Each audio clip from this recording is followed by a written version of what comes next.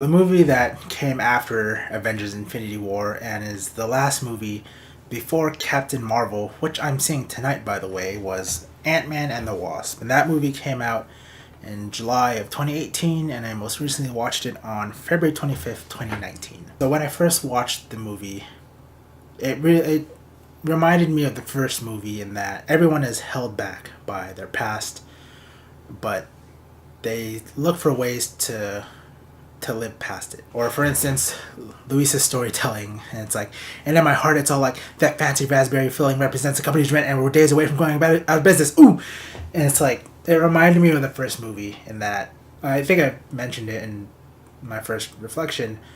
These are the most down, out of their luck characters, but they still find ways to be optimistic and to still work towards their goals or their dreams. In this one, they succeed. The ex-cons, they land the Carpathian job and they are able to make a good career and living for themselves.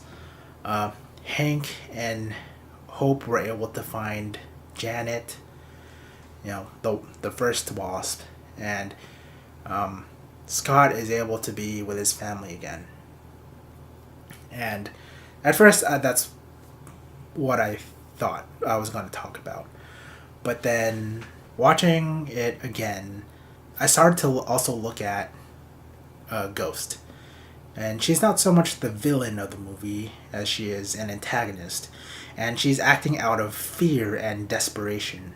And she's like minutes to hours away from fading away from existence. And she says to Janet, "It hurts. It always hurts."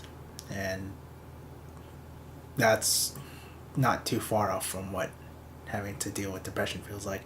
This being a reflective series, and kind of touching on that, I do have to acknowledge some of the self-doubt that I still have. Most villains in the MCU were driven by greed or power or revenge, but Ghost, even though she's technically not a villain, she's driven more by fear and desperation. Part of me feels like everything I'm doing now, trying to learn new skills, this series, I'm worried I did it out of a similar fear or desperation. Not just, leaving my job, but wanting to look elsewhere for a career. Maybe I should have stuck with engineering. Maybe I should have stuck with that company. Maybe it's not so much that I'm not sure. It's just I can't help but think, like, I'm always going to have that in the back of my mind. Did I make the right choice? Maybe I am supposed to do engineering for the rest of my life. Maybe I am supposed to be at that dead-end job forever. But I have no way of knowing until I do something about it. And as much as the self-doubt tells me that I did it out of fear and desperation, and maybe I did, but I think I managed to learn a lot from it. I still have a certain uncertainty, and that might not be a bad thing. It's what's going to drive me. It's what's going to push me. And the only way I will find out is by actually doing it.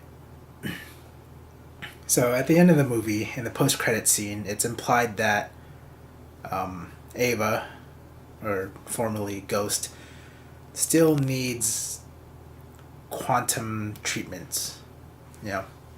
And that could be like, she's still dealing with her pain and she's still dealing with her condition.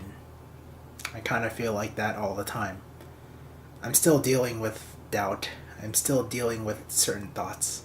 I have a better way of coping with it, a better way of going about it, a better way of handling it. So, as much as I think I did this out of fear and desperation, I think I did a little bit, but I think I it developed into more of a learning experience and, you know, almost a bit of a healing process for me.